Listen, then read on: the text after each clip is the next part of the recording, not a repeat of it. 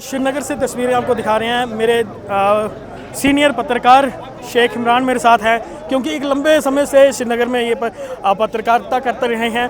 लेकिन पिछले 10 सालों से जिस तरह 8 सालों के बाद हमें चुनी हुई हमारी सरकार मिली है, क्या कहेंगे सर? क्योंकि लंबे समय से आप यहाँ इसी श्रीनगर में पत्रकारिता कर रहे हैं, क्या क्या देखा और आज जब शपथ ली है क्या कुछ बदलेगा? देखिए, इम्पोर्टेंट ये है, आपको ये समझना पड़ेगा जिस हिसाब से हम ग्राउंड ज़ीरो पे काम कर रहे हैं। पिछले 10 साल से यहाँ पर इलेक्शंस नहीं हो पा रहे थे और 10 साल हमने काम किया तो लोगों की जो वो रिप्रेजेंटेशन जो लोगों को चाहिए वो कहीं ना कहीं से लोग मिस कर रहे थे। हालांकि लोगों को ये भी खुद भी नहीं पता होता था कि लोग किसके साथ बात करें, किससे मिले।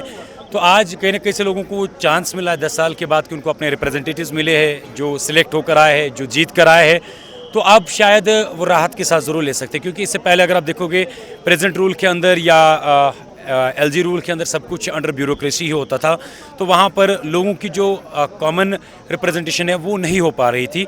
तो उस हिसाब से एक्सपेक्टेशन यही है कि अब जो लोग जो है कहीं ना कहीं से जो लोगों के मसाइल हैं, लोगों के इश्यूज़ है, कॉमन इश्यूज़ है, अब वो शायद एड्रेस हो सकते हैं।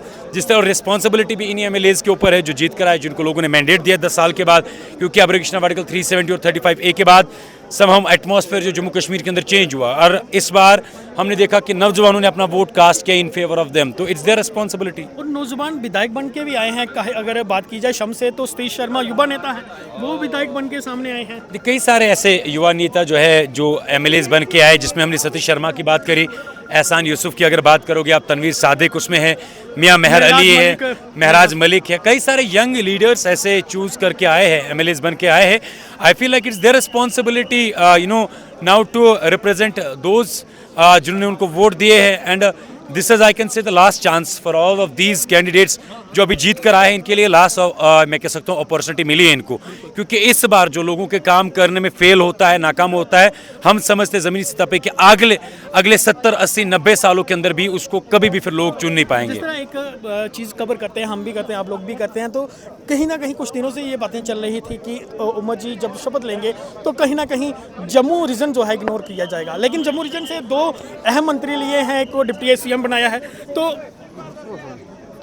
देखिए ये आपको समझना पड़ेगा कि इग्नोर किसी भी तरीके से, अगर 5 आज नाम लिए गए जिसमें आप सतीश शर्मा की बात करेंगे, सुरेंद्र चौधरी की अगर बात करेंगे, और अभी भी और 4 आने हैं, उसमें भी 2 की जो है रिप्रेजेंटेशन जम्मू से ही मिलने वाली है, ये हमारे पास रिपोर्ट्स आए हैं। ठीक है, तो ये साफ तौर पर किसी भी तरीके से उमर अब्दुल्ला खुद भी कह चुके हैं कि किसी भी तरीके से किसी भी प्रोविंस को इग्नोर नहीं किया जाएगा, और एंड ये उनकी खुद की जिम्मेदारी है, चाहे यहाँ पर इनको मेजॉरिटी मिली या वहाँ पर कम मिले। अब चूंकि चीफ मिनिस्टर ये दोनों जगहों पर है और इन लोगों के ऊपर भी जिम्मेदारी है कि दोनों जगहों को एक तरह ट्रीट करें। ऐसा ना हो कि कल को जाके आप वो डिवाइड एंड रूल की पॉलिसी चले यहाँ पर और जम्मू अलग तरीके से जो अपने रिप्रेजेंटेशन मांगे और कश्मीर जो अपनी तरीके से मांगे। और एक्सपेक्ट ये की जाती है कि उमर अब्दुल्ला जो है नॉर्मल तरीके से दोनों जगहों को या दोनों रीजन्स, एक रीजन हमारा एक ही है ऑलमोस्ट, जम्मू कश्मीर यूटी, तो दोनों साइड्स को जो है नॉर्मली ट्रीट करेंगे, जिसकी वजह से कोई मिसअप्रोप्रिएशन। सवाल इसका छोटा सा जवाब चाहूँगा, जिस तरह बात की जा रही है स्टेटहुड की, तो क्या रहेगा आने वाले दिनों में? हम देखिए, इट्स द राइट, ये आपको समझना पड़ेगा।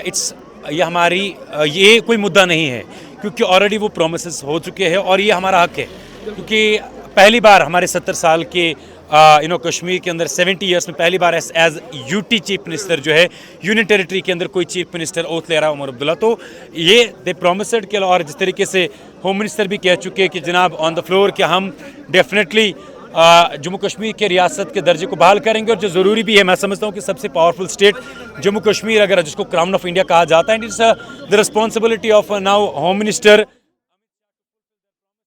Had done on the floor of parliament.